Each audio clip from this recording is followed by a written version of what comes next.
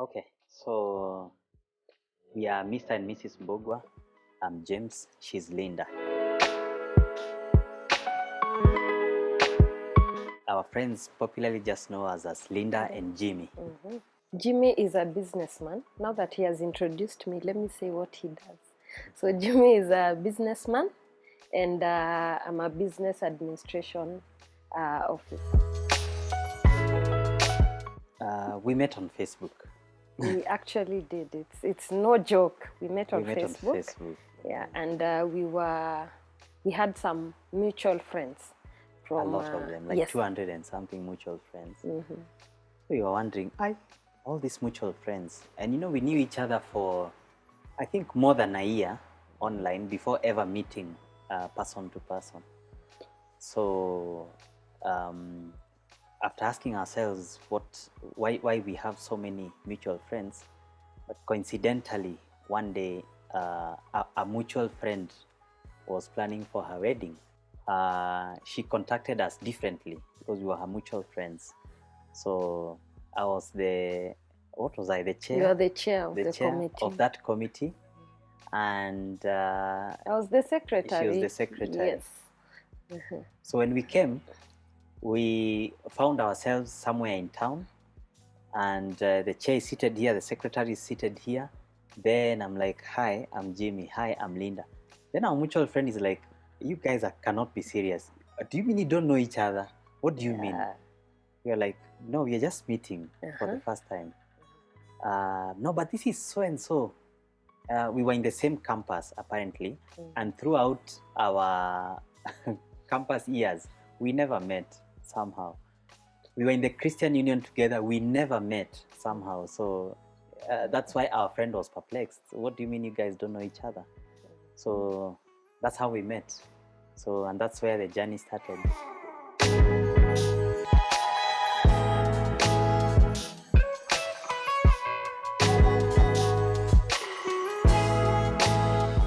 Luckily, we didn't have trouble asking for numbers because we were both committee leaders. So our names and numbers had to be there in the committee. Mm-hmm. So it was not difficult fishing out the number from somewhere. So I think we just started out very casually. We didn't date for long, by the way. What's the longest we ever dated? Five or so months? Yes, but that was much later. The dating came much later because after the wedding, so we became friends, and of course we would meet and talk in social places with our other friends, mutual friends, and that went on for close to a year. Yeah. Yes, that was close to a year. Then, of course, now along the way, because we were very close, we kept on exchanging, we learned more about each other, and we started going for coffees as friends. And yes, after almost a year, then we started dating.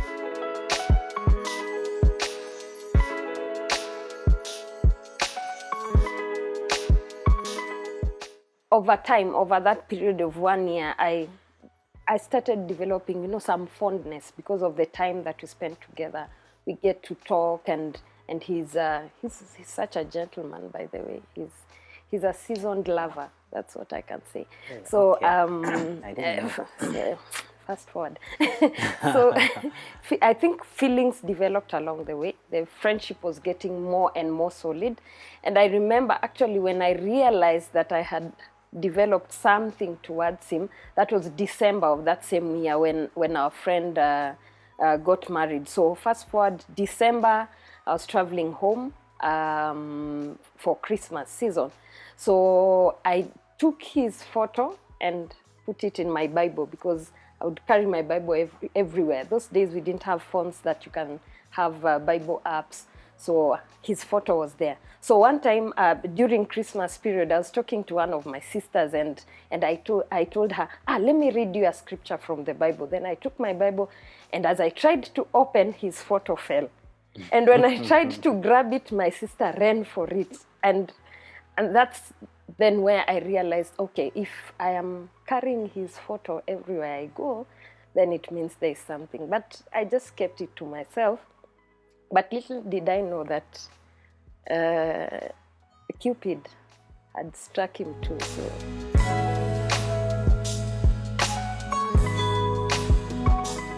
I think a lot about our relationship did not take the normal course, which I see other people taking, because I never did the formal proposal thing. It's not bad, but sometimes I think it's overrated. You know, this you're planning a surprise, you're involving their friends, you're doing what, you're buying this, you're booking this and that place. There had been, what should I call it? An attempt to get married before, and it flopped. And I had been ready. I had been ready for marriage like maybe roughly 4 years before that. And so I was thinking, I didn't have any time to waste. My desire to get married was at a certain age. And the first time I attempted to get married to someone different, it flopped, and it flopped very, very badly. But I was still ready for marriage. I've always seen myself as a family man. So here we are, about 4 years later, and I'm thinking this is not a trisex thing that I want to do. This is I want to get to the next step. And so let's cut all these small to shenanigans, I don't know, maybe for lack of a better word, and let's go straight for it. So I didn't go down on my knee. No, he didn't. No, I didn't. So not that it's bad. Yeah. Anyone who wants to do that, whatever rocks your boat. Yeah. For me, I just went one of the dates and I told her, I'm ready for marriage, I want to settle down, and you have all the qualities that I need to start with. The others we will discover later in the journey. So are you ready? We start the journey. Yeah, and then he asked me, what do I have to do if I want to marry you? So I told him, you'll need to see my parents. Then he said, give me a date. And I was so shocked. I was like, are you proposing? Is this it? So I told him, well, this is not something I can discuss with my mother over the phone. So what I'll have to do is give me some time. I'll talk to her, see when she's around, and I can go visit her and explain this to her. Because, you know, marriage stuff is, because I had also come out from a very tricky relationship before that. So I really had to go to talk to my mother and let her know that I'm past that and now I am ready for marriage. So he gave me some time and I took time, traveled to Western, that's where my mom is, and she didn't know where I was going, but I just said, I've missed you, let me come and visit you. So I arrived and we had dinner, then I told her, I think I'm ready for marriage and I found someone who wants to come and see you. So, of course, the usual, who is he, where is he coming from, when did you meet him, how long have you known him? And yeah, that's it. So we had a date very quickly because my mom was also happy because, you know, the joy of every parent is to see their children settling down in marriage. So, yeah. Between formalizing it very well and being given permission by our parents, it was a straight 2.5 months and we were done. And we had our wedding. Because actually he came to our place to pay dowry in May of 2014. And our wedding, that was 1st of May, and our wedding was on 19th of July, the same year. So it went really, really fast. Because in May it was a dowry payment, then in June we had a pre-wedding back at my place, and July 19th we tied them.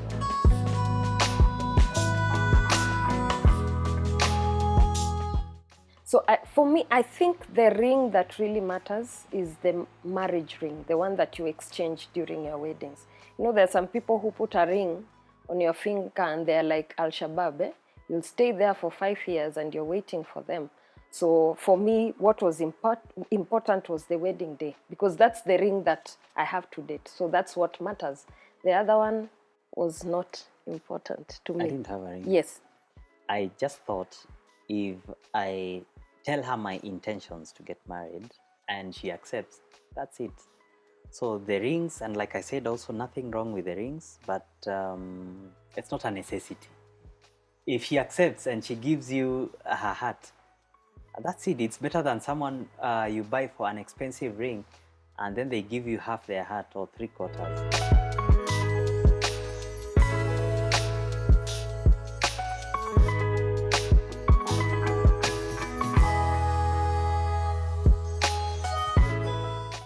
My late mom had reservations. My dad did not have reservations, but my late mom had questions. Why is it that you're going all the way to Western? My original ethnicity is Kikuyu, so we are from Muranga, Nyandarua. So it's like, there's so many Kikuyu girls. Why wouldn't you just pick one and marry? Why go all the way to Kakamega? And I'm like, no, this is the person that I feel I could spend the rest of my years with and start a family. And it's nothing to do with tribe, incidentally. And there are people who, I know so many people who are married, both from the same tribe, and they fight like wild cats. I mean, so as long as you've gotten yourself someone that you can have a peaceful and prosperous marriage with, then go ahead. Stop looking at tribe issues. And I honestly think those things are time barred now. We are gelling into a society that knows no tribal bounds. There are actually so many marriages that are actually even interracial marriages, let alone intertribal. So I think we are just in the right place. Yes. Okay. And well, from my side, we didn't have any issues. It was, I think we had seen quite a number of my relatives from the extended family marrying from across different tribes. So I think we didn't have those reservations from my side. But I'm glad to say that by the time my dear mother-in-law died, may her soul rest in peace, we were the best of friends. The best of friends. You would never have known that we had that issue before we got married. So tribe is nothing, because there is a saying in his mother tongue that says, your lover's place, when you go to your lover's place, there are no mountains. That one, yes. It's never too far to go to your lover's place. So if you find your love somewhere in West Africa, by all means go. Because even during the time for dowry payment, they traveled overnight to come and pay dowry. But I didn't see him dozing. He was very excited. He dozed afterwards.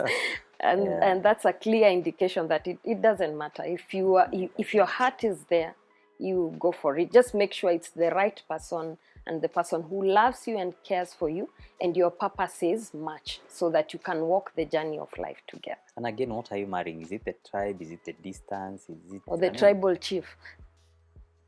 You're marrying the person and the personality. So they have also traveled from wherever, come maybe to the city to either get an education, look for work or something. The same traveling she would do from Western to Nairobi for whatever reason is the same traveling I would do from Nairobi to Western for whatever reason, which includes looking for a wife. So we are good to go.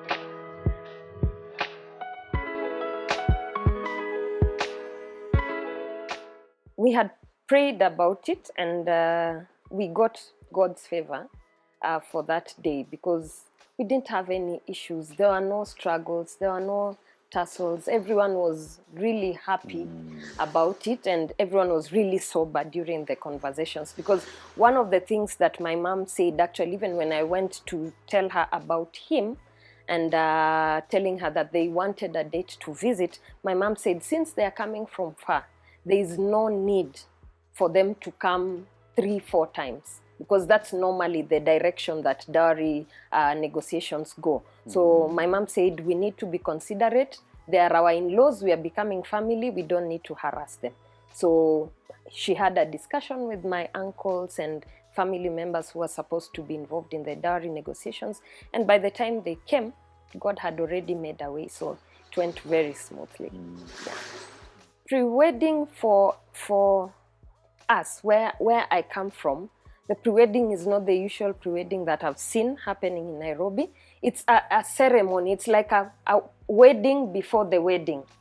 So it's just for them to, him and his people to come to my home. So they had to come all the way to Western, and he was told to bring me a gift, and that gift was actually supposed to be a bag or a suitcase, so that it indicates he's bringing me a bag to carry my stuff back to his home. Then now you see, of course, the people from the village, the extended family, they couldn't all travel to Nairobi for the wedding. So we had that ceremony for them to be able to just meet him and his family, and to know who I'm going to get married to. Then it was like a small wedding, but it was an occasion for them to just say goodbye and God bless you as you go to your home.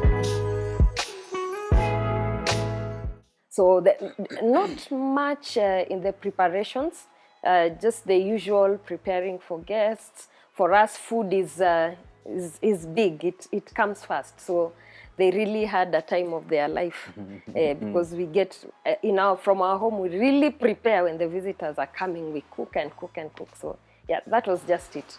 It wasn't much. We were actually very shocked. The amount and the types of food prepared, we were very shocked.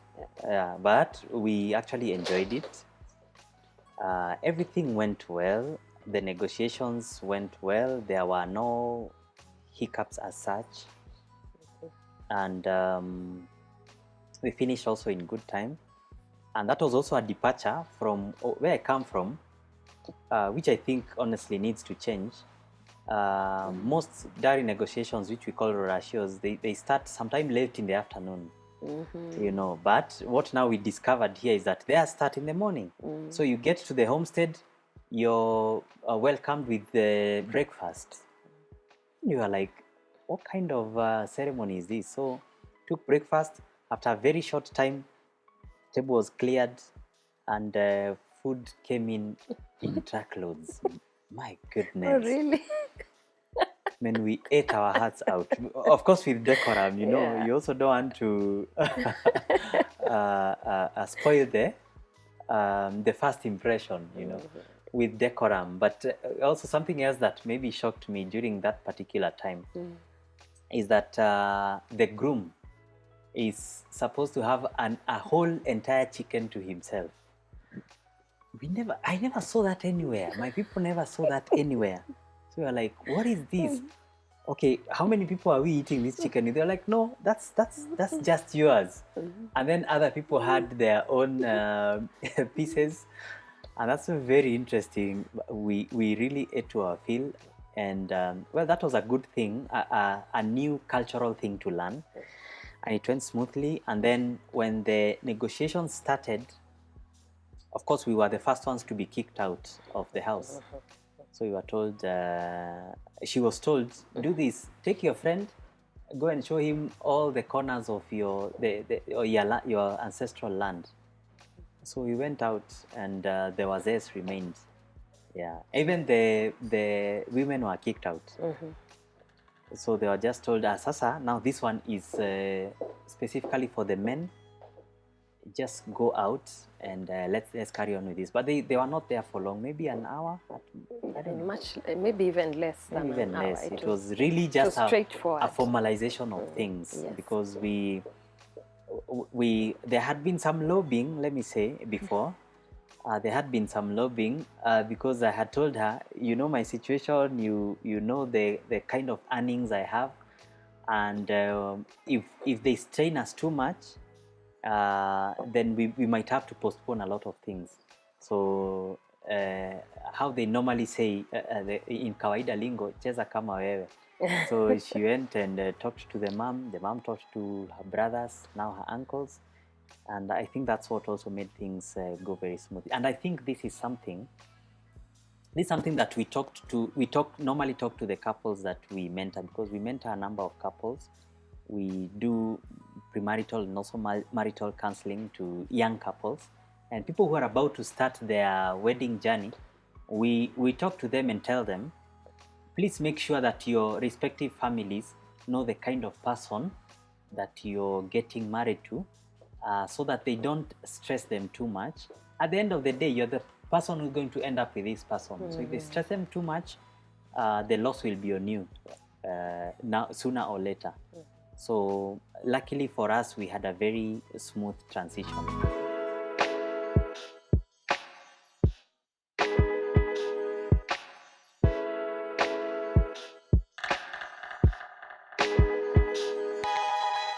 So we picked up the conversation of the wedding immediately because, as we said, we didn't have much time. Dowry was paid 1st of May, then 19th of July was the wedding. So we had to move really fast. But it went very well because we had a lot of things that we had talked about and agreed on even before we went and approached our parents. We knew, we had sat down, we had written our budget. Actually, initially, we just said, whatever money we have, however little it is, we are going to have a wedding on Sunday after the wedding, after the service.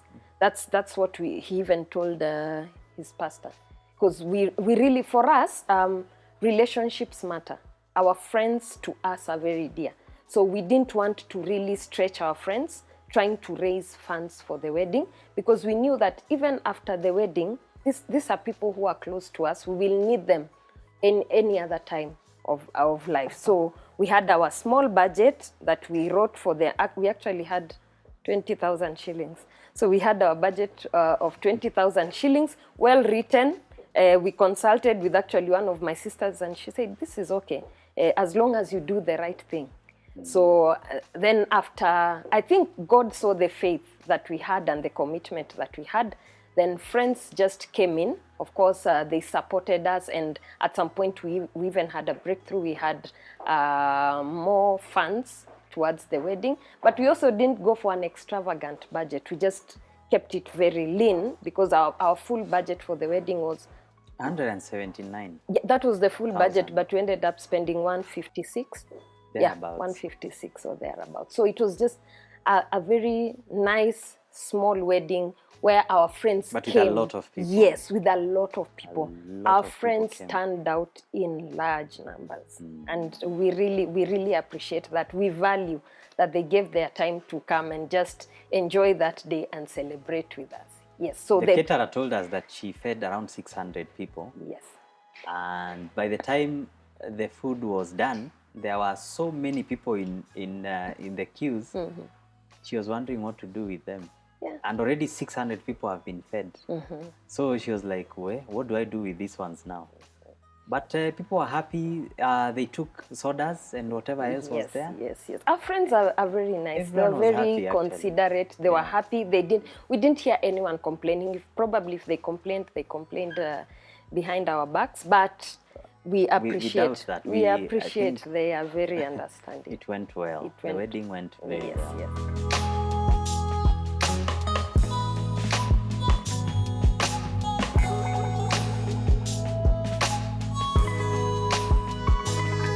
Walking down the aisle, that was quite a moment. I think it's one of the most amazing feelings for any lady, because for us ladies, you start thinking about your wedding while you're still way young, probably in your nursery school. You start playing, it keeps replaying in your mind, and you draw photos of cakes and everything. So I think we are just wired into that. So when that time comes, for me, it was really an honor to know that he had come to take me as his wife in the way that, when I was brought up in a Christian marriage, that's what I was taught. That's what I know. So for him to just come and honor me in that way, when I was walking down the aisle, I was just thinking, this is it. It might not be the biggest wedding of the year, but this is the best gesture that someone has shown me, and it's such respect to my parents and to my family. So that's what was going on in my mind when I was walking down the aisle.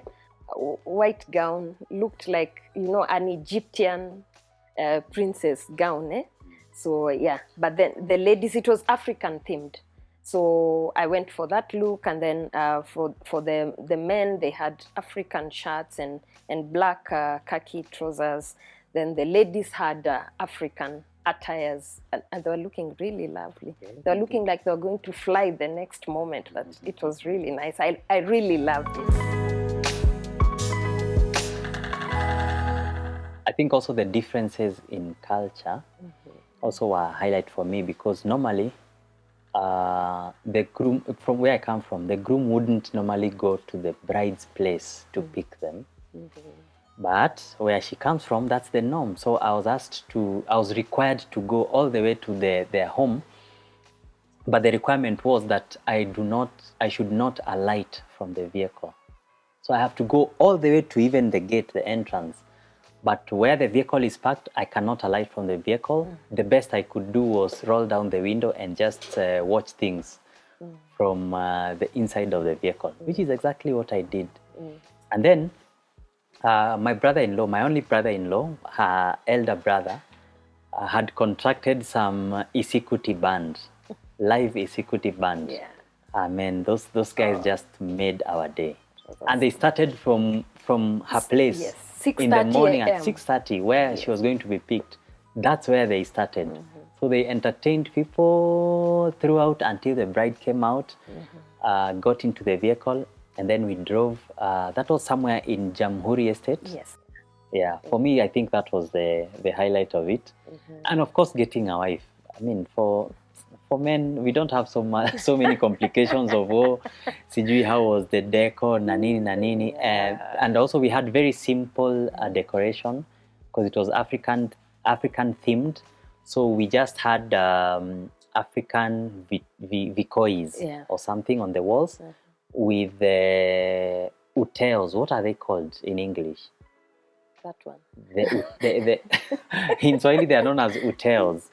And so and guards. And also guards. Yes. So that was all the decoration. We didn't have a lot of fancy decorations. Remember, we were working on a lean budget, and the reasoning was that the real deal starts after the wedding. That's how, when the marriage kicks off.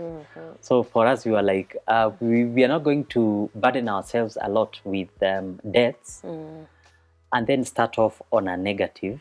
So we are just going to do what we can manage at that time. Then we start off well and build our way upwards, which is actually what happened. So for us, we didn't have the pressure of a lot of fancy things. And I thank God that my wife didn't have that pressure, because most of the time it's the girls that have pressure to, impress and have exquisite decorations and what have you. But she was just like, no, let's just be over and done with this thing. And then we start our life together. So the two little things of having an Isikuti band around and having a lot of friends. Actually, that was my biggest highlight. It's so good for you to start life in the midst of so many friends. Family. Yeah. Of course, some have fallen off along the way. But family is still there. Some friends are still there. And we are happy many years down the line. Justo, thank you very much. My brother is called Justus. He's just amazing. He made that wedding. He just took it to the other level with the dance. We danced. We really danced. By evening, we could barely walk. We were so We could tired. barely walk. But it was so nice. It was so amazing. Actually, some of the relatives were saying, his relatives were saying that they didn't get much time to sing the songs from their culture, because the Sikuti just took over everything. And those guys, they were there, they were committed the entire day, 6:30 a.m. to almost 7 p.m. in the evening. And they kept on singing. They were so energetic. I don't know what they ate for breakfast.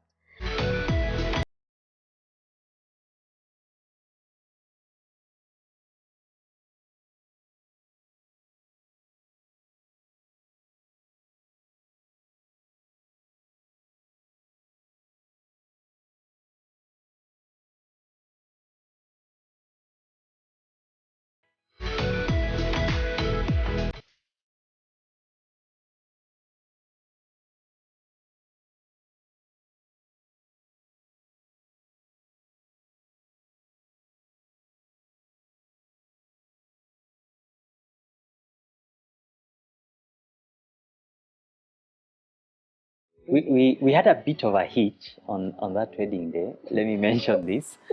When we were going for our photo shoot, it was supposed to be at Paradise Lost. Then our driver got lost somewhere in Kiambu. Oh man, we went round and round, and then there was crazy traffic.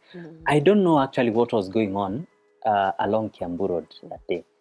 All the vehicles were just stalled on the road. There was crazy traffic.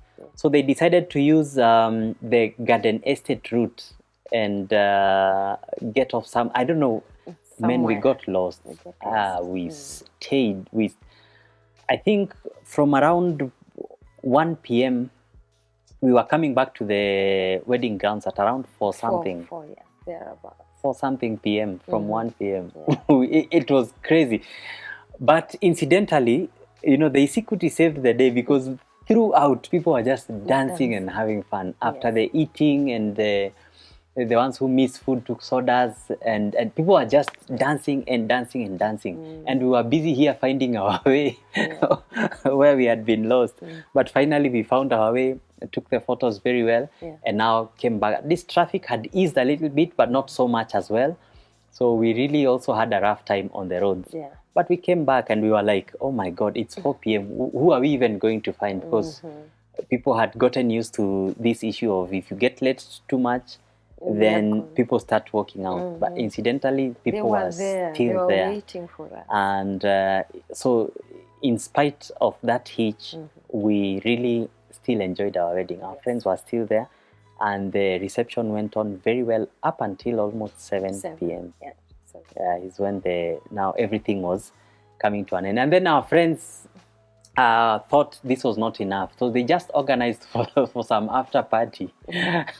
And we went to Sunstar Hotel, somewhere almost at Garden Estate there. So that's also where we had our evening party.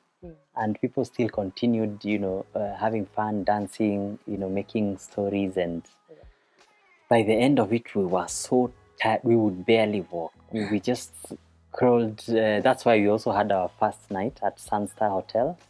And there was a lady called Anne, I think, who had organized for us. Anne, if you're watching, thank you very much. That was very good. God bless you. And we fell out of touch somehow. I don't know where she is nowadays. So, but that was good. And we just crawled into our room. We prayed. Our pastor was there. Our senior pastor is a very, very good friend of ours. So we made sure we invited him over to the room. We prayed. We opened the gifts, prayed over the gifts. We paid our tithe. We were like, bye-bye. So we started our life.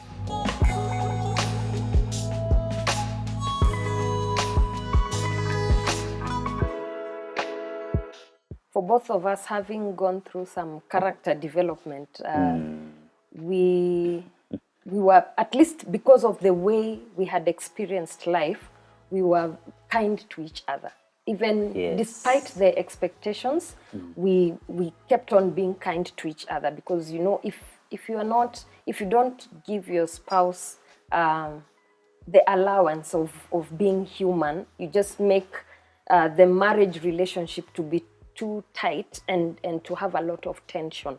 So probably from what we had experienced, we gave each other grace and the space to grow into the marriage, and I think that paid off really did. well. It did. Yes, yes. I also think one of the things that helped us a lot is that when we started, it didn't take the trajectory of normal relationships how they start. I think I had mentioned that as we started.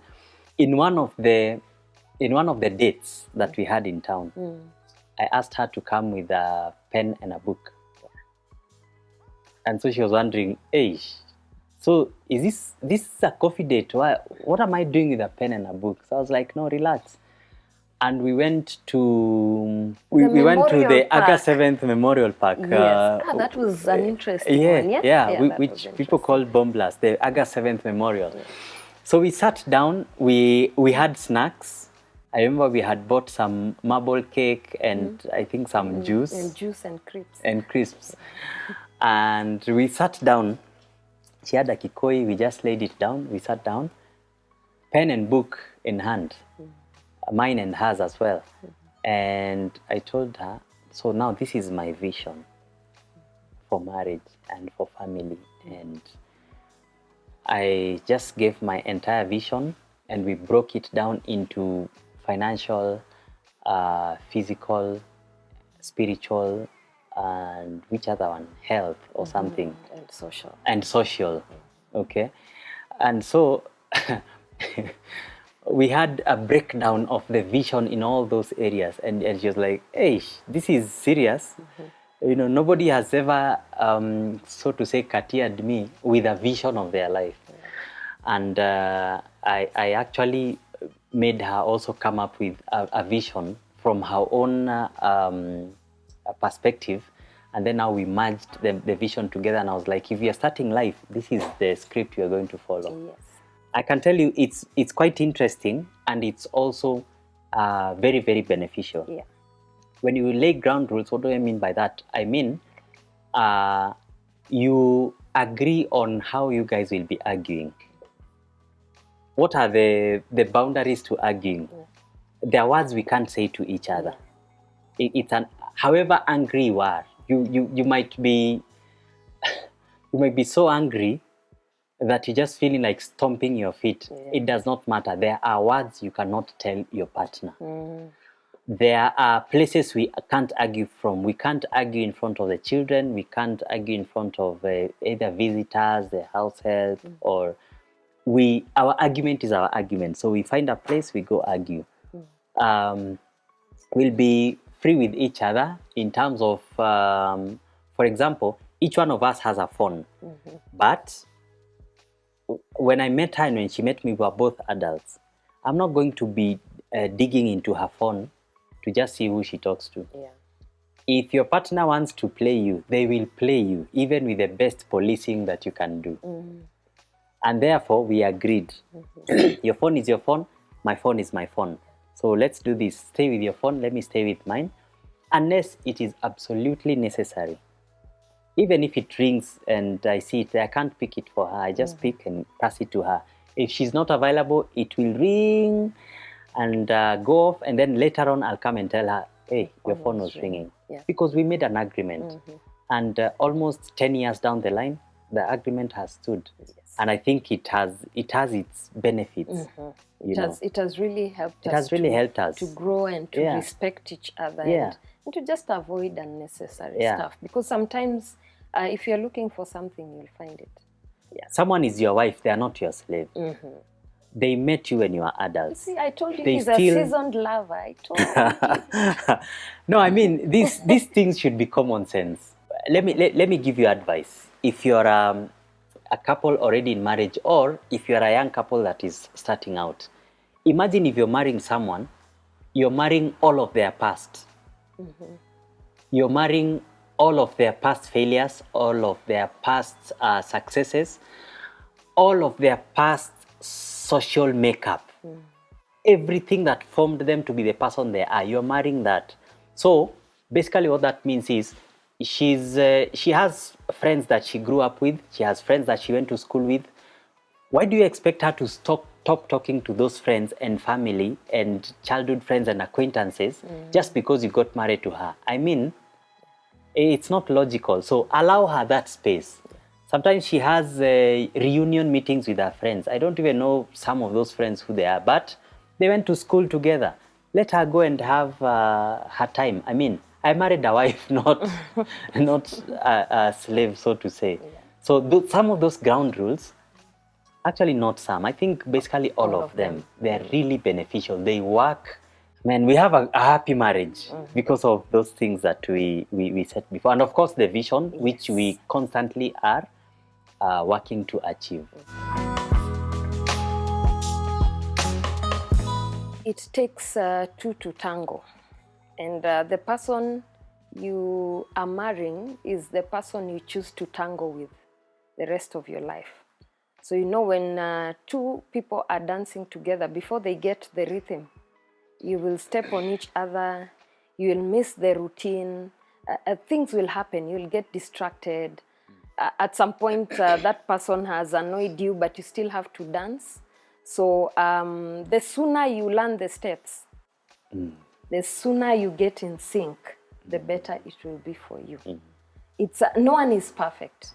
Your spouse will not be perfect. Actually, marriage is that one institution where you will see that person in their rawest form, and you will still have to love them. If you believe in prayer like we do, you will still have to pray for them. If it's your husband, you will still have to take care of your husband. You will still have to take care of your wife, because it's a choice that you made. And if you choose the wrong person to tango with, you will cry for life. So as you walk together, learn very fast and make sure that you stay in sync. Whatever happens, life comes in seasons and people come in sizes. You chose your size, so you manage your size. Yes. I know there are two categories of perfect people. The ones who are in heaven right now and the ones who are in graves.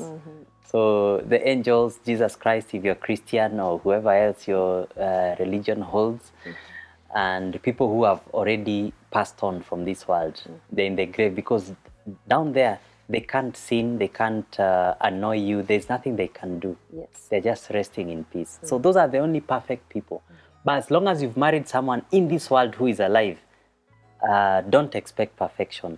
Work towards building that person to be the person you want to be. Okay? Yes. So if you don't like people making phone calls to your spouse past 8 p.m., don't scold her or him. Just tell her or him, this is what I like and this is what I don't like. So can we agree and work towards it? And most people are gracious enough to say, okay, fine, I'm getting out of my comfort zone with this, but maybe I'll create a new comfort zone and work life out. And I think with that mantra, our life has been good. Generally, we've had a happy marriage. Yes. I'll just say, love your spouse. Love your spouse. There are times that you will not feel like loving them, but that's when you need to love them the more. That day, that day will come, and it will be many times. There will be days you will wake up and you're thinking, what did I get married to? There are those days that you will argue, you know, like gangs. But, and I'm assuring you, I'm not saying if, that day will come if you're married.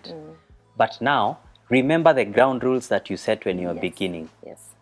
And even if you never had ground rules, you can start anew where you are, even if you're already married. You can start here and say, this is the first day of the rest of our marriage. Can we now have an agreement on how we converse with each other, the expectations we have, how we argue, how we treat relatives, how we treat our friends, how we allow relatives to treat us. There's a way I cannot allow my relatives to treat her, and the other way as well. That's very true. And those are ground rules that we have set. That's true. Then just one final thing that I would love to tell couples is that because of the way life is, at one point, one of you will have to carry the other. It doesn't matter who it is, but carry your spouse with grace. Your time will come and your spouse will need to carry you with grace. So be gracious, and when it comes to a time when they are down and they need some carrying, please carry your spouse, because that is your teammate for life. You cover them, you don't expose your spouse. If they have a weakness, it is your work to cover them. That's what you got married for.